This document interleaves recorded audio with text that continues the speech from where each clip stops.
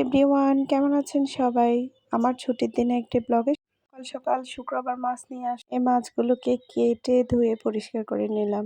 এবার রান্না বসানোর পালা। এক চুলায় ভাত, এক চুলায় ডাল বসিয়ে দিলাম। আমার ডাল রান্নাটা কমপ্লিট হয়ে গেল। শুক্রবার মানে হচ্ছে আমাদের জন্য একটা ঈদের, কারণ অন্যদিন তেমন কোনো ভালো রান্না করার সময় পাই না। শুক্রবারে একটু মোটামুটি ভালো মন্দ রান্না করার চেষ্টা করি সময় নিয়ে। তো চাকরিজীবীদের জন্য ছুটির দিন মানে হলো বাড়তি কাজের দিন। আজকে রান্না হবে মাছের দো পেঁয়াজ, মসুর ডাল, মাংস আর শুটকি ভর্তা। এই যে মাছগুলো রান্নার জন্য পেঁয়াজ বসাই দিলাম। আমার রান্না করতে ভালোই লাগে। অনেক সময় বাচ্চারা এটা ওটা আবদার করে খাওয়ার জন্য, কিন্তু কি করব, কর্মজীবী মা, তাদের মন চাইলেও কিন্তু রান্না করে খাওয়াতে পারি না। যেদিন স্কুল খোলা থাকে সেদিন তো একদমই সময় পাই না। তাই ছুটির দিনগুলোতে চেষ্টা করি বাচ্চাদের আবদার পূরণ করার জন্য। কর্মজীবী নারীদের জীবন কিন্তু অন্য নারীদের চাইতে সম্পূর্ণ আলাদা, কারণ তারা চাইলেই সন্তানের সব আবদারগুলো সবসময় পূরণ করতে পারে না। পরিবারের মানুষকে রান্না করে খাওয়াতেও কিন্তু আলাদা একটা আনন্দ আছে।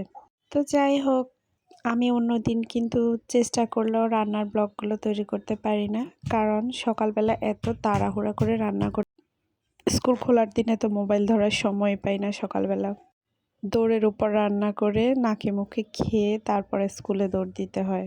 এর উপর আবার বাচ্চাদের খাওয়া রেডি করা, বাচ্চাদেরকে খাওয়ানো, তাদেরকে স্কুলে পাঠানো, বাচ্চার বাবার খাবার অফিসে পাঠানো, অনেকগুলো কাজ থাকে।